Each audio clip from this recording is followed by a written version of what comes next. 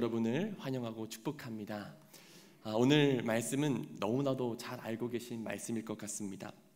우리가 흔히 믿음의 조상이라고 부르는 아브라함이 하나님의 말씀을 따라서 가나안 땅으로 들어가는 말씀이 바로 오늘 말씀입니다. 특별히 히브리서 11장 8절을 보니까요, 아브라함이 가나안 땅을 향해 나아갈 때 갈 바를 알지 못하고 나아갔다라고 이야기합니다. 우리는 이러한 아브라함의 그 모습을 보면서 생각합니다. 아브라함의 믿음은 대단하다. 갈 바를 알지 못하고 어떻게 그 익숙한 곳을 떠나서 불확실한 그곳으로 갈 수가 있었을까? 아브라함의 믿음은 정말 크다라고 생각할 수도 있을 것 같습니다. 근데 여러분, 우리가 오늘 말씀을 통해서 한 가지 생각해 볼 것은요, 아브라함이 이 가나안 땅으로 갈 때 정말 믿음이 좋아서, 믿음이 대단해서 이 가나안 땅으로 갈 수 있었을까라는 것입니다. 우리 먼저 5절 말씀을 같이 한번 읽어보실까요? 5절 말씀입니다. 함께 읽겠습니다. 시작. 아브라함이 그의 아내 사레와 조카 롯과 하란에서 모은 모든 소유와 얻은 사람들을 이끌고 가나안 땅으로 가려고 떠나서 마침내 가나안 땅에 들어갔더라. 아멘. 아브라함이 그의 식솔들을 데리고 하란을 떠나서 가나안 땅으로 갔다라고 이야기합니다. 근데 이 5절 말씀에서 우리가 주목해 볼 표현이 한 가지가 있습니다. 그것이 무엇이냐? 바로 마침내라는 표현이에요. 여러분, 마침내가 어떤 의미를 가지고 있습니까? 결국엔, 드디어, 끝끝내 라는 뜻이죠. 즉, 아브라함이 이 가나안에 들어가는 그 여정 속에서, 그 과정 속에서 쉽지 않은 일들이 많이 있었다라는 것입니다. 그럼 여러분, 아브라함이 이 가나안 땅에 입성하기까지 걸림돌이 되었던 것이 무엇일까요? 아브라함은 믿음이 좋았는데 그 가는 여정 속에서 믿음에 방해가 되는 어떤 장애물들이 있었던 것일까요? 결론부터 말씀드리면 그렇지 않습니다. 이 아브라함이 가나안 땅에 들어가는 데 있어서 걸림돌은요, 가장 큰 방해물은요, 아브라함 본인이었습니다. 우리는 아브라함이 믿음이 좋아서 하란을 떠나서 가나안 땅으로 들어갔다라고 생각하지만 그렇지 않습니다.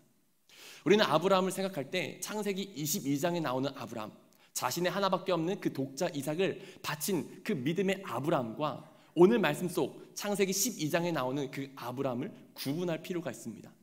물론 창세기 22장에 나오는 그 아브라함은 믿음이 굉장히 좋아 보여요. 좋습니다. 근데 그 창세기 22장에 나오는 그 아브라함의 믿음이 좋다고 오늘 말씀 속에 나오는 창세기 12장의 아브라함의 믿음 또한 좋다라는 법칙은 없습니다. 그러면 창세기 12장에 나오는 아브라함의 믿음은 어떠했을까요? 여러분, 아브라함의 고향이 어디인지 아시나요?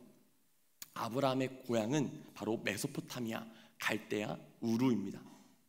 사도행전 7장 2절부터 4절까지의 말씀을 보면요, 이런 말씀이 나옵니다. 우리 같이 한번 읽어보겠습니다. 시작. 우리 조상 아브라함이 하란에 있기 전 메소포타미아에 있을 때 영광의 하나님이 그에게 보여 이르시되 내 고향과 친척을 떠나 내가 내게 보일 땅으로 가라 하시니 아브라함이 갈대아 사람의 땅을 떠나 하란에 거하다가 그의 아버지가 죽음에 하나님이 그를 거기서 너희 지금 사는 이 땅으로 옮기셨느니라. 아멘. 스데반 집사는 설교를 통해서 이야기합니다. 아브라함의 고향은 메소포타미아, 갈대아, 우르다라고 이야기하죠. 그리고 이 메소포타미아에 있을 때 하나님께서 아브라함에게 등장하셔서 말씀하셨다고 합니다. 내가 너에게 보여줄 땅으로 가라. 여러분, 아브라함이 이 말씀을 들었을 때 곧바로 스스로 결정해서 선택해서 가나안 땅으로 이동했을까요? 그렇지 않습니다. 가장 먼저 자신의 아버지였던 데라에게 이야기했을 거예요. 아버지, 제가 처음 보는 어떤 한 신, 알지 못하는 그 신이 저에게 나타나서 너의 고향과 너의 친척을 떠나 미지의 땅, 알지 못하는 그 땅으로 가라고 했습니다. 근데 아버지, 그 처음 보는 그 신이 풍기는 그 아우라가 정말 너무나도 대단했습니다. 그 음성이 지금도 잊혀지지 않습니다. 그 신이 저에게 말씀하셨습니다. 네가 가면 복을 줄 거라고.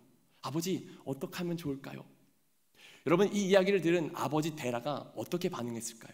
반대했을까요? 그렇지 않습니다. 오히려 이 데라가 이렇게 말합니다. 아들아, 그게 사실이니? 그럼 우리 출발하자.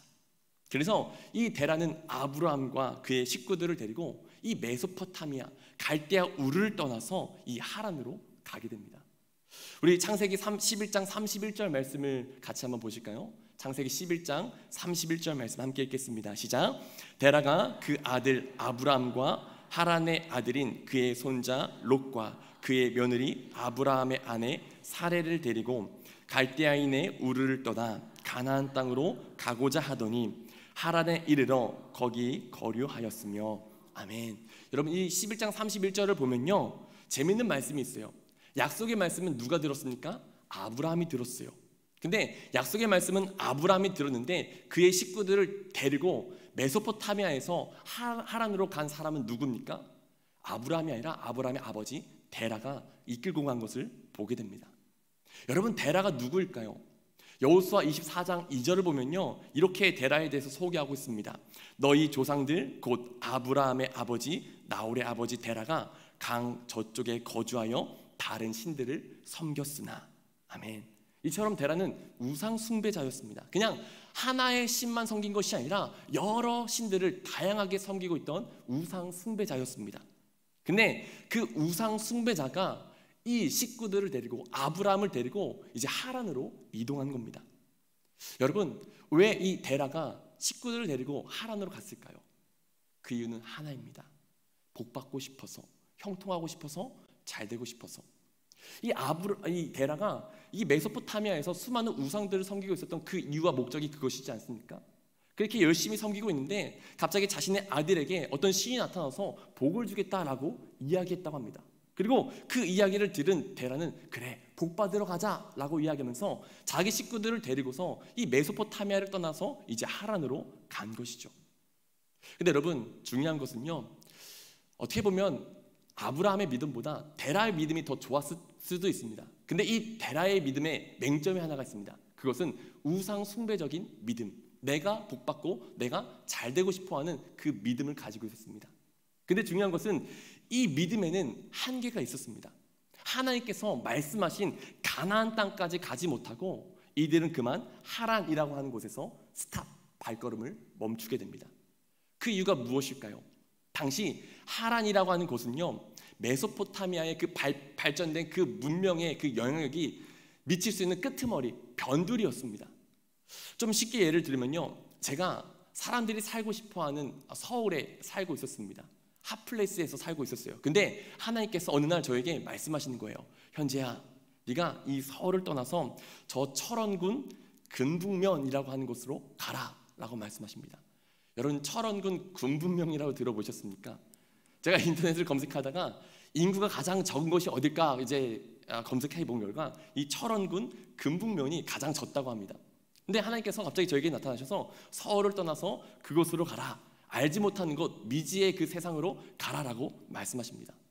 하나님께서 저에게 복을 주신다니 저는 그 믿음을 가지고 이제 서울을 떠나서 북동쪽으로 이동하기 시작합니다. 근데 그 서울에서 점점 멀어질수록 풍경이 달라지기 시작합니다. 아파트가 줄어들고 정말 논밭이 많아지기 시작해요. 그리고 축사들이 점점 등장하고, 그리고 서울에서 맡아보지 못했던 이상한 가축들의 똥냄새가 막 나기 시작합니다. 그 순간 깨닫죠. 내가 기대했던 것과 뭔가 다른 일들이 일어나고 있다. 그래서 이 동우천쯤에 와가지고 결심합니다. 더 이상 가지 말자. 내 생각에는 거기까지 갔다가는 나는 이제 문명에서 완전히 소외된 그런 사람이 되고 말 것이야 하고 이 동두천에 자리 잡고 머물러 있게 됩니다. 지금 아브라함과 데라의 상황이 딱 이것이라는 거예요. 복 주신다고 해서 그 복을 받고자 기대하고서 떠났는데 막상 가다 보니까 이건 아닌 것 같은 거예요. 그래서 하란이라고 하는 곳에 이제 멈추었다는 것이죠. 그래서 여러분, 데라라고 하는 사람의 이름의 뜻을 보니까요, 참 재밌습니다. 방향을 전환하다, 지체하다, 체류하다라는 뜻이 이 데라의 이름의 뜻에 담겨져 있습니다. 즉, 잘 가다가 방향을 틀어서 그냥 그 자리에 체류하게 되었다라는 것이죠. 그리고 결국에 이 데라는 그 하란이라는 곳에서 죽음을 맞이합니다. 여러분, 이러한 배경 속에서 오늘 창세기 12장 1절 말씀이 시작된 겁니다. 하나님께서 데라가 죽고 난 후에 아브라함에게 다시 나타나셔서 말씀하시는 거예요. 우리 1절 말씀을 다시 한번 같이 읽어보실까요? 1절입니다. 시작. 여호와께서 아브라함에게 이르시되 너는 너의 고향과 친척과 아버지의 집을 떠나 내가 내게 보여줄 땅으로 가라. 아멘. 여러분, 메소포타미아에 나타나셨던 그 하나님이 하란이라는 곳에서 또 나타나셨어요. 끈질기시네 정말 이 하나님. 그리고 또 말씀을 주시는 거예요. 떠나라. 여러분, 이 말씀을 들은 아브라함의 마음이 어땠을까요? 두려웠을 겁니다. 유대교의 그 전통에 따르면요, 이 아브라함의 동생이었던 하란이라는 사람은요, 갈대아 땅 그 우르에서 우상 숭배하는 것을 거절하다가 죽임을 당했다라고 이야기합니다. 그래서 창세기 11장 28절을 보면요, 이런 말씀이 나옵니다. 우리 창세기 11장 28절 함께 읽겠습니다. 하란은 그 아비 데라보다 먼저 고향 갈대아인의 우르에서 죽었더라. 아멘. 여러분, 아브라함은요, 자신의 동생이 우상 숭배하는 것을 거절하다가 죽임을 당하는 것을 목격했습니다. 만약 이것이 사실이었다면 이 메소포타미아, 이 하란에 있을 때 하나님께서 나타나셔서 가라라고 말씀하셨는데 그것에 불순종하면 자신이 죽임을 당할 수도 있지 않을까라는 두려움이 당연히 들었을 겁니다.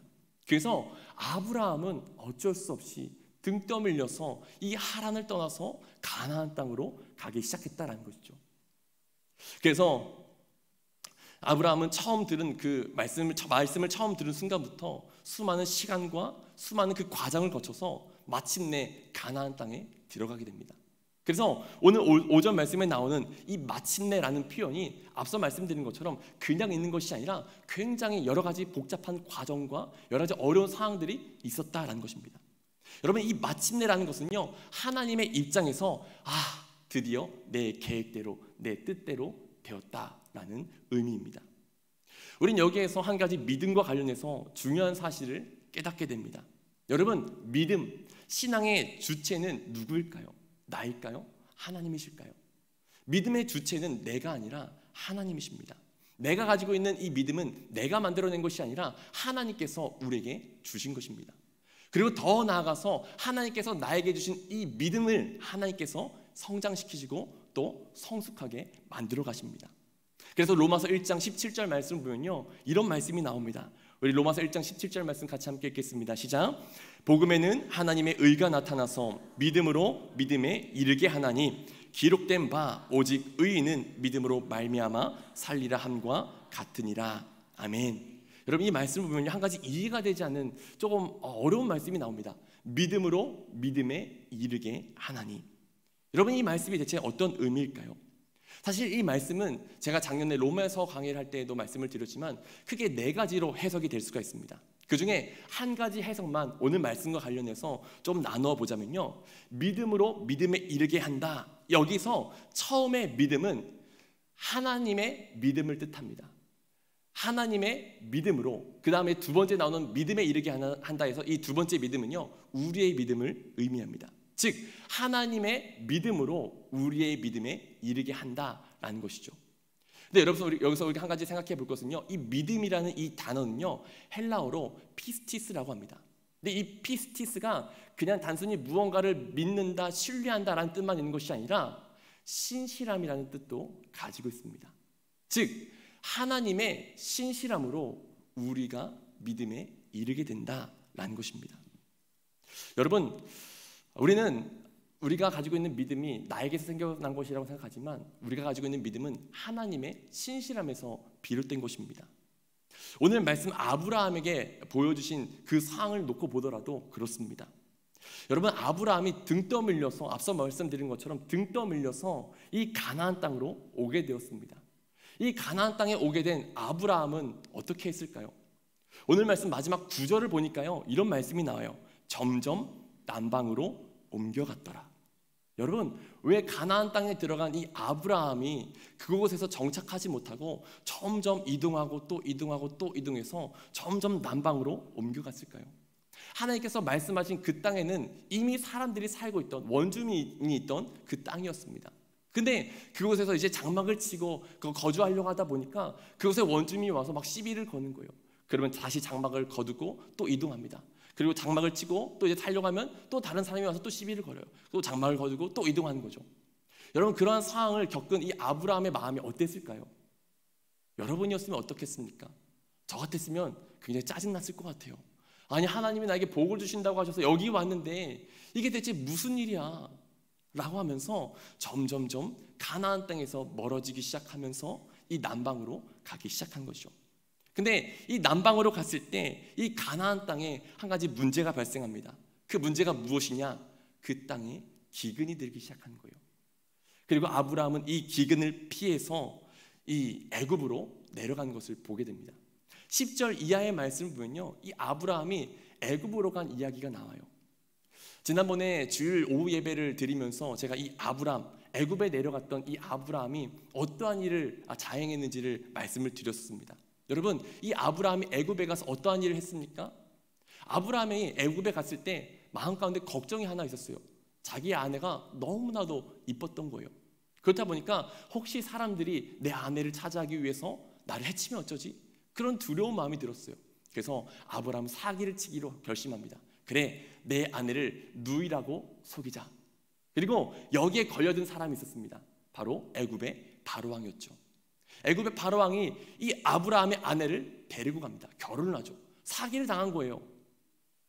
근데 여러분, 이 상황에서 누가 잘못한 것입니까? 아브라함이 잘못한 거죠. 아브라함이 사기를 쳤습니다. 근데 하나님께서는 애굽의 바로왕에게 재앙을 내리십니다. 그리고 다시 그 아내를 되찾게 하십니다. 근데 여러분, 이러한 아브라함의 이 사기의 이 일이 한 번으로 끝나는 것이 아니라 창세기 20장에 가면 사기의 대상만 다르지 사기의 내용이 똑같이 등장하는 것을 보게 됩니다. 그랄 왕 아비멜렉에게 똑같이 사기를 치고 이 아내를 그에게 넘겨주게 됩니다. 여러분, 이 모습을 하나님께서 보시면서 얼마나 아브라함이 한심했겠습니까? 얼마나 답답했겠어요. 우리 같았으면 당연히 아브라함을 꾸짖었을 거여야 됩니다. 근데 하나님께서는 아브라함을 꾸짖으시는 것이 아니라 오히려 그 그랄 왕 아비멜렉을 찾아가셔서 그를 보내주라라고 말씀하시죠. 우린 여기에서 하나님의 신실함을 보게 됩니다. 하나님은 아브라함은 약속의 자리를 지키지 못했습니다. 계속 투덜거리면서 이동하면서 결국 애굽으로 갑니다. 그리고 그 애굽에서 사고까지 치게 되죠. 하지만 하나님께서 사고친 그 아브라함의 뒷일을 해결하시고 책임지십니다. 다시 아내를 데려오게 만드셨다는 것이죠. 여러분, 이것이 하나님께서 아브라함의 하나님이 되셨다는 것을 보여주는 증거입니다. 아브라함은 계속해서 연약해서 실수하고 또 넘어지고 하는데 하나님께서는 그런 연약한 아브라함을 포기하지 않으셨다는 거예요. 그 이유가 무엇이냐? 하나님께서 아브라함의 그 인생 속에 개입하기로 하셨다면 아브라함을 떠나시지 않겠다는 거예요. 끝까지 아브라함의 하나님으로서 아브라함을 돌보시고 아브라함을 책임지시겠다는 거예요. 이것이 바로 하나님의 신실함이라는 거죠. 그리고 나중에 창세기 22장에 가서 이 아브라함은 그 하나님의 은혜, 그 하나님의 사랑, 그 하나님의 그 신실함에 결국 무릎을 꿇는 겁니다. 하나님, 내 사랑하는 내 아들 독자 이삭을 바치겠습니다.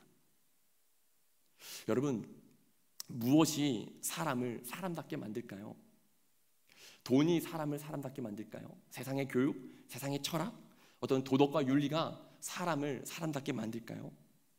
사람을 사람답게 만드는 것은 신실한 사랑과 신실한 은혜가 사람을 사람답게 만듭니다.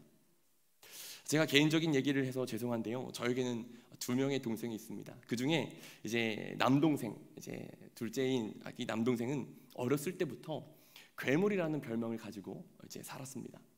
그냥 어른들도 이 아이를 보면 괴물이라고 했어요. 왜냐하면 생김새도 굉장히 못생겼어요. 못생긴 데다가 얼마나 천방지축인지 농을 몇 개나 부쉈습니다. 그리고 한 번은 이 아이가 어렸을 때 이제 어떤 마트에서 연락이 왔습니다. 혹시 누구누구 부모님이십니까? 이 아이가 여기 마트에서 도둑질을 하다가 잡혔습니다. 부모님 좀 모셔야 되겠습니다. 그런 연락까지 집에 왔습니다. 더 나아가 이 아이는 부모님에 대해서도 굉장히 반항적인 아이였습니다. 특별히 가정상 저와 제 동생을 낳아주신 저희 그 어머니께서는 저희가 얼굴을 기억하기 전에 돌아가셨습니다.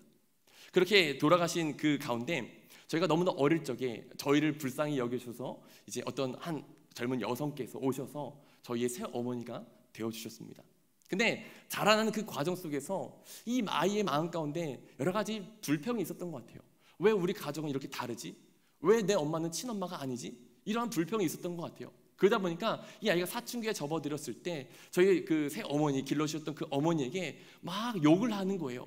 막 훈계를 하면 네가 뭔데, 너 엄마 아니야 하면서 막 쌍욕을 막 하는 거예요. 그 욕을 들은 저희 새 어머니가 어떻게 하셨을까요? 그럼에도 참고 인내하셨습니다. 저희 어머니께서 저희에게 항상 하셨던 말씀이 있어요. 너희들은 내 가슴으로 낳은 아이들이야. 그런데 여러분, 그렇게 어렸을 때 괴물이라고 별명을 가졌던 이 둘째, 이 아이가 어떻게 되었을까요? 지금은요, 그 누구보다 효자가 되었습니다. 저보다도 더 부모님께 잘합니다. 여러분, 이 괴물과도 같았던 이 아이가 어떻게 효자로 변할 수가 있었을까요? 그것에는 바로 포기하지 않는 신실한 사랑, 변함없는 그 은혜가 있었습니다. 그 어머니의 그 사랑이 이 아이를 변화시켰고 효자로 만들었다는 것이죠. 이것은 신앙 안에서 우리에게도 동일합니다. 여러분, 하나님께서는 당신의 그 신실함으로, 당신의 그 포기하지 않는 그 사랑과 은혜로 우리의 믿음을 만들어 가십니다. 우리는 넘어질 수도 있어요. 실패할 수도 있어요. 그리고 사고를 칠 때도 있어요. 그러나 하나님은 우리의 신실한 아버지가 되어주셔서 우리가 사고 친 것을 해결해 주시고 우리를 이끌어 가주십니다. 우리에게 이 믿음이 있었으면 좋겠어요. 하나님의 그 신실하심, 떠나지 않는, 포기하지 않는 그 하나님을 향한 신뢰가 있을 때 우리의 믿음 가운데 성장이, 성숙이 이루어질 수가 있다는 것입니다. 여러분, 저와 여러분들에게 주어진 그 믿음은 하나님께서 주신 믿음이요, 또 하나님께서 주신 그 믿음을 완성해 가시는 분도 하나님이신 줄 믿습니다. 우리가 그 하나님을 더욱더 신뢰하고 더욱더 하나님께 소망을 두며 나아갈 수 있기를 간절히 소망합니다. 여러분, 그렇다면 하나님께서 아브라함을 믿음의 조상으로 만드심으로써 바라시고 기대하셨던 것은 무엇일까요? 오늘 이 시간에는 시간상 두 가지만 좀 생각해 보면 좋겠는데요. 먼저 첫 번째는 하나님께서 아브라함의 믿음을 주심으로써 새로운 정체성을 갖게 하시기를 원하셨습니다. 여러분, 창세기 11장을 보면요, 11장 초반에 우리가 잘 아는 바벨탑 사건이 나옵니다. 사람들의 문명과 기술이 발달해지자 사람들은 이제 탑을 쌓기를 원합니다. 여러분, 사람들이 왜 바벨탑을 쌓고자 했을까요? 그 이유는 간단합니다. 우리 창세기 11장 4절 말씀을 같이 한번 읽어보실까요? 창세기 11장 4절입니다. 시작. 또 말하되 자, 성읍과 탕을 건설하여 그 탑 꼭대기를 하늘에 닿게 하여 우리 이름을 내고 온 지면에 흩어짐을 면하자 하였더니. 아멘. 사람들은 탑을 쌓음으로써 자기의 이름을 내자라고 이야기합니다. 여러분, 이름이라는 것은요, 그 사람의 존재를 의미합니다. 즉, 이름을 낸다는 것은요, 빅, 미, 영어로 빅, 크다, 미, 나, 큰 나를 만든다는 거예요. 데이비드 브룩스라는 사람은요, 인간의 품격이라는 책에서 사람들은 빅미를 추구한다, 그리고 이 빅미를 추구하는 것이 세상을 어지럽히고 세상을 망가뜨린다라고 이야기합니다. 근데 생각해보면 사실 하나님을 떠난 모든 인간들은 다 누구나 빅미를 추구합니다. 내가 높아지기를 원하고, 내가 인기를 받기를 원하고, 내가 인정받기를 원합니다. 내 의견이 관철되어서 내 생각대로 사람들이 움직여주기를 원합니다. 세상의 중심에 내가 있기를 원하는 것이죠. 여러분, 그런 세상 속에서, 그런 사람들 속에서 하나님은 아브라함을 부르셔서 말씀하시는 거예요. 아브라함아, 너는 스스로 이름이 커지려고 노력할 필요가 없어. 내가 너의 이름을 창대하게 만들 거야. 여러분, 우리는 이 둘 사이의 차이점을 분명히 인식해야 됩니다. 내가 스스로 하나님처럼 되어서, 내가 스스로 높아져서 내 이름이 커지려고 하는 것과 하나님께서 내 이름을 크게 만들어 주시는 것에는 너무나도 큰 차이가 있습니다. 내가 스스로 커지려고 하는 사람들은 내가 남들보다 더 많이 가져야 돼, 내가 남들보다 더 위대한 일을 해야 돼, 내가 남들보다 더 똑똑하고 더 많은 힘을 가져야 돼 라고 생각합니다. 그런데 하나님께서 내 이름을 크게 만드실 것이야 라고 하는 믿음을 가진 사람들은요, 다르게 생각합니다. 나는 이미 큰 자야. 왜냐하면 세상보다 더 크신 그 하나님이 내 뒤에 계시니까 라고 믿습니다.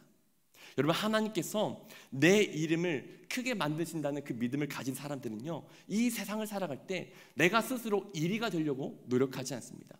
그저 나는 어린 양이야 라고 하는 그 고백을 하면서 그 양의 자리를 지키려고 합니다. 그 이유가 무엇이냐? 내가 강해지는 것이 아니라 나의 약함을 인정할 때 하나님께서 나의 강함이 되시고 하나님께서 나의 산성, 나의 창, 나의 방패가 되실 것을 믿기 때문입니다. 사랑하는 여러분, 이것이 우리의 정체성입니다. 내가 스스로 내 이름을 크게 만들려고 하는 그런 세상 사람들이 아니라 하나님께서 내 이름을 크게 만들어주시는 것이 바로 우리의 정체성이라는 것입니다. 세상 사람들은 내가 무언가를 소유해서 커질 수 있다고 생각하지만 우리는 내가 하나님께 소유가 되었기 때문에 나는 이미 큰 자라는 믿음을 가지고 살아갑니다. 저와 여러분들이 이 사실을 기억하고 내 삶은 이미 하나님의 것이 되었음을 고백하며 그렇기 때문에 나는 이미 이 세상의 큰 자라는 사실을 기억하며 담대히 살아갈 수 있기를 간절히 소망합니다. 그런가 하면 하나님께서 아브라함을 불러주신 이유, 믿음을 주신 두 번째 이유가 있습니다. 새로운 정체성에 맞는 새로운 목적을 주시기 위해서입니다. 여러분, 하나님께서 아브라함에게 주신 새로운 목적이 무엇일까요? 그것은 바로 복이 되라라는 것입니다. 하나님께서는 아브라함에게 내가 너에게 복을 줄 뿐만이 아니라 너 존재 자체가 복이 될 것이야 라고 말씀하십니다. 우리 오늘 말씀 3절을 다시 한번 보실까요? 3절입니다. 시작. 너를 축복하는 자에게는 내가 복을 내리고 너를 저주하는 자에게는 내가 저주하리니 땅의 모든 족속이 너로 말미암아 복을 얻을 것이라 하신지라. 아멘. 하나님께서는 아브라함을 통해서 저주의 땅이, 저주의 가정이, 또 저주의 사회가, 저주받은 그 나라가 회복되어서 생명으로 충만한 세상으로 만들 것이다 라고 말씀하십니다. 이것이 믿음의 사람 아브라함을 향해 갖고 계신 하나님의 꿈이었고 비전이었습니다. 근데 여러분, 이러한 꿈과 비전은 우리에게도 동일하게 주어졌습니다. 이 꿈을 가진 우리는 세상으로 보내집니다. 특별히 깨지고 왜곡되고 어지럽혀진 질서가 무너진 세상으로 우리는 보냄을 받게 됩니다. 우리는 신앙생활을 하면서 가끔씩 이런 착각을 합니다. 내가 믿음을 가졌으니까 하나님께서 나와 동행하시니까 나는 늘 좋은 일만 생길 거야. 좋은 사람들만 만나고 좋은 환경만 나에게 주어질 거야 라고 생각합니다. 근데 여러분, 우리의 살아가는 인생이 꼭 그렇습니까? 그렇지 않죠. 오히려 내가 기대했던 것보다, 내가 생각했던 것보다 더 최악의 상황이 우리에게 찾아오는 경우들이 너무나도 많습니다. 지난 5월과 6월에 두 명의 청년들을 만나서 신방했던 적이 있습니다. 이 두 사람 모두 다 너무나도 힘들고 너무나도 지쳐있는 가운데 있었습니다. 한 명은 군인이었고 또 한 명은 아르바이트를 하는 청년이었습니다. 이 두 사람이 힘들어하는 이유, 너무나도 아파하는 이유가 있었습니다. 비슷했어요. 자신들이 맞지 않는 상황, 맞지 않는 그 상사들과 만나서 그들과 충돌이 일어나게 되고 그 속에서 너무나도 힘들다는 겁니다. 제가 이 두 청년에게 공통적으로 해준 말이 있었습니다. 그것이 무엇이냐? 우리는 상황을 선택할 수 없어. 우리는 만남을 선택할 수 없어. 왜냐하면 세상에는 정말 이상한 사람도 많고 이해할 수 없는 상황 또한 많기 때문이야. 근데 우리가 상황과 만나는 그 사람들을 선택할 수는 없지만 그 상황에 놓여졌을 때 나는 어떠한 자세로 살아갈 것인가? 어떠한 태도로 살아갈 것인가? 어떠한 정체성을 가지고 살아갈 것인가는 내가 선택할 수 있어 라고 이야기를 해줬습니다. 똑같이 어려운 상황에 처했을 때 세상 사람들처럼 똑같이 불평하고 원망하고 그들과 싸우고 충돌하고 그냥 그 상황을 떠나버릴 수도 있습니다. 하지만 그 똑같은 상황 속에서 나는 하나님의 사람이야. 하나님께서 나를 이 자리 가운데 복으로 보내주셨어. 비록 이 상황이 저주받은 상황인 것 같고 내 앞에 있는 이 사람이 저주받은 사람인 것처럼 느껴지지만 하나님께서는 복인 나를 통하여서 이 저주받는 상황을 역전시키길 원하고 계셔. 저주받은 것 같은 저 사람을 변화시키길 원하셔. 이 마음의 자세, 이 마음의 태도, 나의 정체성은 내가 선택할 수 있다는 것이죠. 여러분, 저와 여러분들이 어떠한 상황을 만나든지 어떠한 사람을 만나든지 복이라는 이 정체성, 그래서 복이 되어서 저주받은 이 세상을 회복시키고자 하는 그 하나님의 목적을 잊지 않았으면 좋겠습니다. 그리고 그 목적대로 살아감으로써 이 세상 가운데 하나님의 회복을 이뤄갈 수 있는 믿음의 삶이 될 수 있기를 주님의 이름으로 간절히 축복합니다. 이제 말씀을 맺겠는데요. 여러분, 하나님께서는 우리를 부르셔서 세상 속으로 보내십니다. 부름받은 우리는 때론 이렇게 생각할 수도 있어요. 하나님, 전 아직 준비가 안 됐어요. 조금 더 준비하고 조금 더 완벽해진 후에 제가 나아갈게요 라고 하면서 거절할 수도 있습니다. 근데 여러분, 이것은 교만함입니다. 언제 우리가 완벽해질 수 있을까요? 우리는 결코 완벽해질 수 없어요. 하나님께서 우리에게 원하시는 것은요, 우리의 완벽함이 아닙니다. 오히려 불완전하지만, 넘어질 수 있지만 그 불완전함 속에서 완전하신 하나님을 붙들고 하나님과 동행하는 것을 하나님께서는 원하십니다. 여러분, 성경의 수많은 인물들을 보더라도요, 그들이 완전해서 하나님께서 부르시지 않았습니다. 모세를 보더라도 하나님께서 모세를 부르셨을 때 이렇게 말하죠. 나는 본래 말을 잘하지 못하는 자입니다 라고 이야기합니다. 기드온을 부르셨을 때 기드온은 뭐라고 이야기합니까? 내가 무엇으로 이스라엘을 구원하리까? 보소서 나의 집은 문하스 중에 극히 약하고 라고 고백합니다. 그런가 하면 예레미야는 어떻습니까? 슬프도소이다 주 여호와여 보소서 나는 아이라 말할 줄 알지 못합니다 라고 이야기합니다. 이사야는 어떻습니까? 화로다 나는 입술이 부정한 사람이요 라고 이야기합니다. 저마다가 다 자신의 나약함과 자신의 그 불완전함을 고백하는 것을 볼 수가 있습니다. 하나님께서는 불완전한 우리를 보내셔서 불완전한 우리를 세상 가운데 보내십니다. 왜요? 그곳에서 체험학습을 시키시기 위해서입니다. 그 체험학습을 통해서 우리의 믿음의 성숙과 우리의 믿음의 성장을 하나님께서 이뤄가기를 원하신다는 것이죠. 여러분, 우리가 정말 신앙의 그 생활 속에 있어서 신앙의 그 성숙을 이루는 자리는요, 교회가 아니라 어떻게 보면 세상이에요. 믿지 않는 사람들과 충돌하고 부딪히면서 내가 어떻게 하면 말씀대로 살아갈 수 있을까? 지금 하나님께서 나에게 원하시는 것은 무엇일까? 그것을 고민하면서 하나님의 그 신실하심, 하나님의 그 은혜를 내가 경험하면서 나의 믿음이 그 세상의 자리 속에서 점점점 성숙해 갈 수가 있다는 것이죠. 여러분, 저와 여러분들이 부르신 자리에서 또한 보내신 자리에서 부족하지만 연약하지만 신실하신 그 하나님을 끝까지 의지함으로써 우리의 믿음이 성숙해 가고 또 하나님께서 우리를 불러주신 그 목적대로 살아갈 수 있는 아름다운 삶이 될 수 있기를 주님의 이름으로 간절히 축복합니다. 기도하겠습니다. 하나님, 너무나도 연약하고 너무나도 부족한 저희들이지만 그럼에도 은혜로 저희들을 택하여 주시고 은혜로 하나님의 자녀 삼아주신 줄 믿습니다. 우리의 연약함, 우리의 불완전함을 보는 것이 아니라 우리의 불완전함 속에서도 신실하게 우리와 함께 하셔서 우리를 이끌고 가고 계시는 그 하나님을 바라볼 수 있는 믿음의 사람들이 될 수 있도록 인도하여 주시옵소서. 그렇게 나아갈 때 우리가 있는 그 자리에서 하나님의 목적대로 하나님의 계획대로 살아들게 하시고 또 그렇게 살아갈 때 우리의 삶을 통해 저주받은 세상이 회복되어지는 아름다운 역사가 일어날 수 있도록 인도하여 주시옵소서. 감사드리며 예수님의 이름으로 간절히 기도드렸습니다. 아멘.